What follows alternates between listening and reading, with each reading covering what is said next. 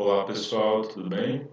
Dando continuidade à nossa disciplina de Contabilidade Intermediária 2, hoje nós vamos falar sobre as demonstrações e moedas de capacidade aquisitiva constante, certo? Então vamos lá.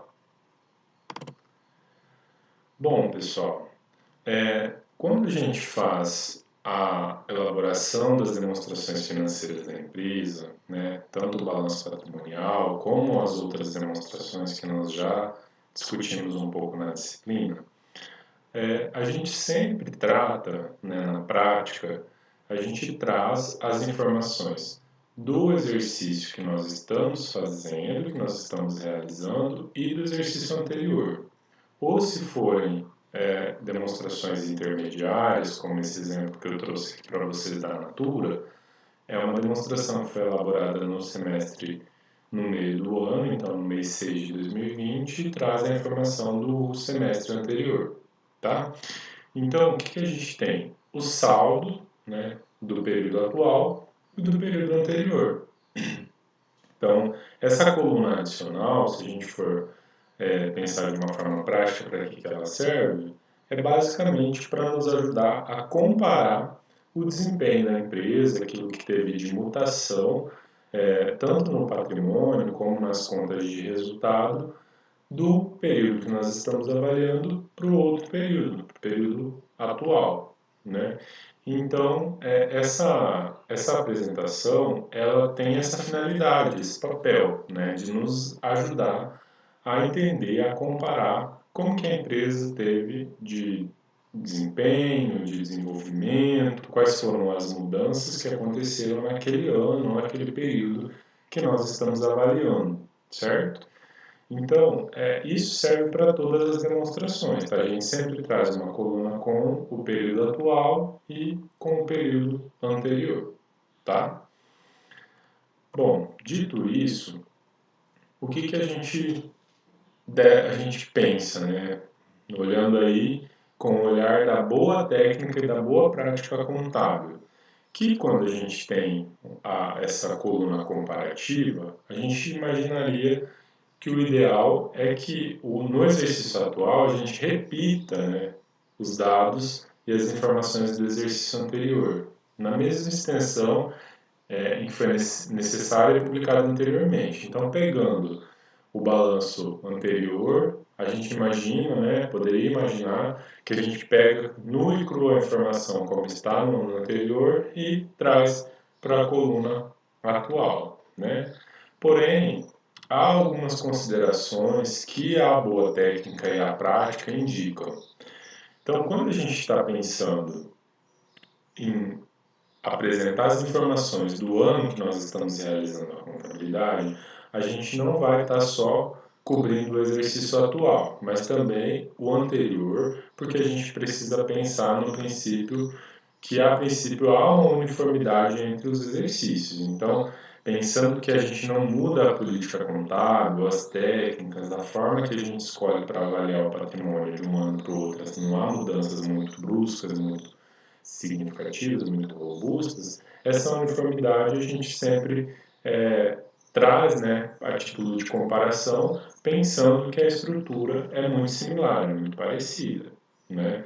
Então, se houve determinada conta ou alguma operação importante que tinha no ano anterior, mas não tem mais nesse ano, né, por algum motivo a empresa deixou de vender aquela mercadoria, acabou o estoque daquele item, ou a gente, sei lá, vendeu todas as nossas duplicatas a receber, enfim, pode acontecer algumas situações aí de que há mudanças muito distintas, né, no patrimônio. Então, no ano anterior tinha e agora a gente não tem mais, né? Então, essa como pode isso acontece com uma certa frequência nas empresas, a gente precisa ter em mente que nós precisamos manter aquela estrutura anterior e trazer o que foi modificado na estrutura atual, né? Então,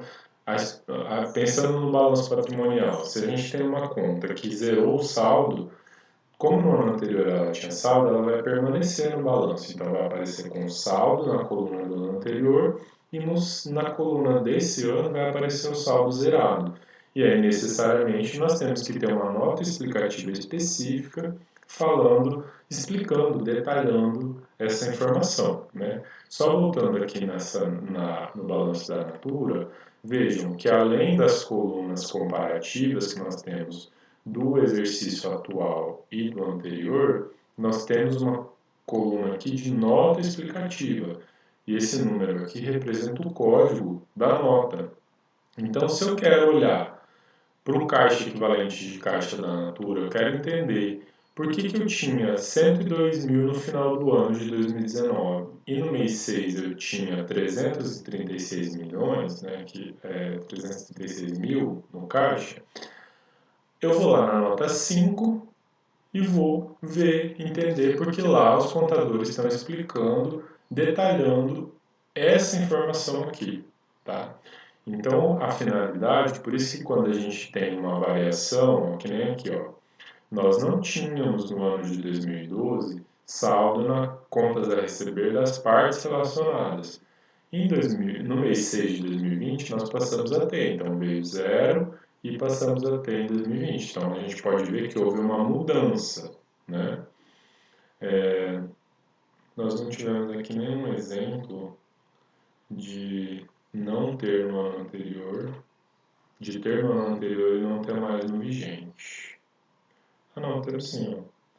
Imposto de renda e contribuição social diferido, olha só. Tínhamos um saldo aqui em dezembro de 2019, 153 mil, passamos a ter zero no mês 6 de 2020. Então, o fato de não ter mais ser zero aqui em 2020 não isenta a gente de trazer essa informação justamente para permitir comparabilidade, né? Então, quer dizer, aqui como é uma informação simples de imposto diferido, por isso não tem uma nota explicativa, mas geralmente cada elemento do patrimônio vem com a sua nota, justamente o que carece de detalhamento que a empresa entende que é importante para o sócio, para o acionista, para o investidor melhor interpretar a informação, vai figurar em uma nota explicativa específica detalhando aquela conta, quais foram as mutações até chegar naquele saldo, certo? Então é importante a gente ter isso em mente. A contabilidade não é só os números, a gente joga os números aqui e as pessoas que se virem para entender. Essas variações que a gente tem de um ano para o outro, elas são explicadas, são apresentadas em notas explicativas, certo? Então, essa comparabilidade que eu mencionei, ela é afetada de forma significativa se as informações não forem apresentadas em moedas de mesmo poder aquisitivo. Então, aqui, como eu falei, a boa técnica e a boa prática contábil trazem isso para nós, de que é necessário a gente levar em consideração o poder aquisitivo da moeda, né? Qual é o impacto que essa variação no poder aquisitivo que ele traz para as demonstrações contábeis, tá?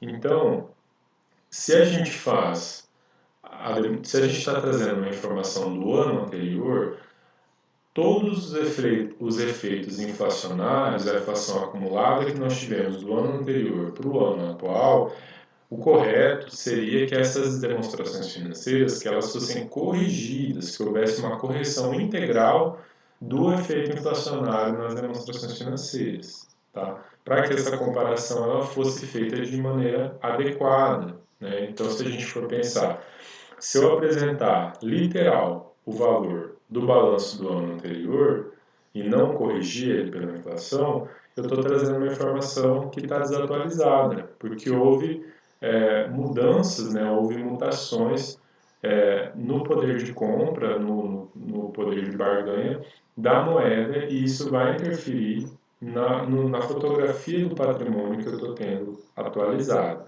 né? Então, a boa prática nos diz que o ideal seria que nós fizéssemos a correção integral do balanço e apresentássemos isso para os usuários, para quem tem interesse naquela informação, para eles terem uma informação mais pura, mais transparente, mais fidedigna, que realmente retrata a situação atual do mercado brasileiro, né? Então, considerando o efeito inflacionário nas demonstrações financeiras. Tá?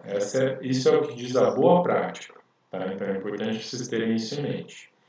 Então, essas demonstrações elas seriam, né, feitas de forma complementar e trazendo em notas explicativas os seguintes aspectos: os critérios adotados na elaboração das demonstrações complementares, então, o índice de correção que foi usado, quais contas foram atualizadas monetariamente, o que teve desconto a valor presente, etc. Então, os critérios usados pelo contador para gerar aquela informação, a conciliação da eventual diferença existente entre o lucro ou prejuízo apurado na escrituração contábil e aquele apurado pela correção integral, porque naturalmente vai ter diferenças, né, seja no lucro ou no prejuízo, do que está lá como histórico para o que é corrigido integralmente. Né? Então é preciso apresentar uma conciliação dessa eventual diferença, demonstrar para os usuários da informação por que deu diferença. Né? Porém, pessoal, isso é o que diz a boa prática, tá? Então, é o que nós deveríamos fazer pensando que nós estamos em um ambiente inflacionário.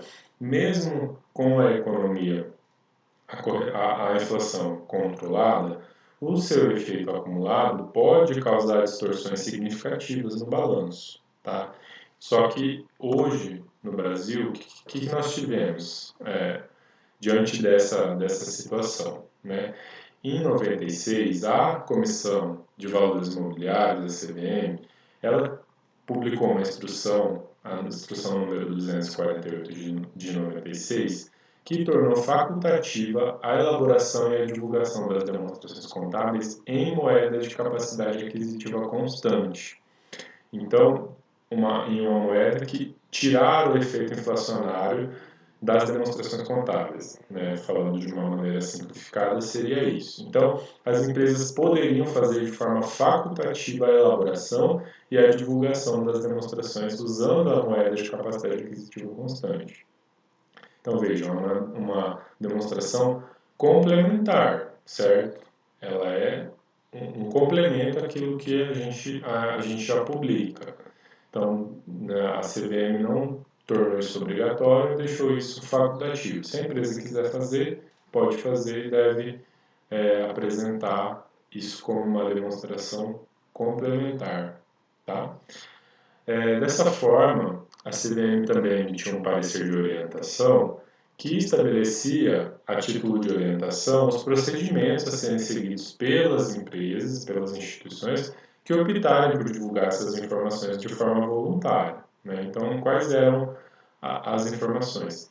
A periodicidade das divulgações, o conteúdo mínimo a ser divulgado, os critérios para a elaboração das demonstrações, os índices escolhidos para a elaboração das informações ou das demonstrações voluntárias. Então, esse parecer de orientação trazia elementos que seriam recomendados que fossem divulgados pelas empresas que optarem fazer isso de forma voluntária. Certo? Então, a CVM, que é quem regula o mercado de capitais, colocou para as empresas de capital aberto que, como é uma informação complementar, isso era feito mais pelas empresas maiores, porque o efeito da inflação em um patrimônio maior é gigante, né? Então, colocou-se isso assim, as empresas que querem promover uma boa prática, respeitando, né, considerando o efeito da inflação nos balanços patrimoniais, devem, então, divulgar tais e tais elementos, certo? Isso foi o que a CVM fez.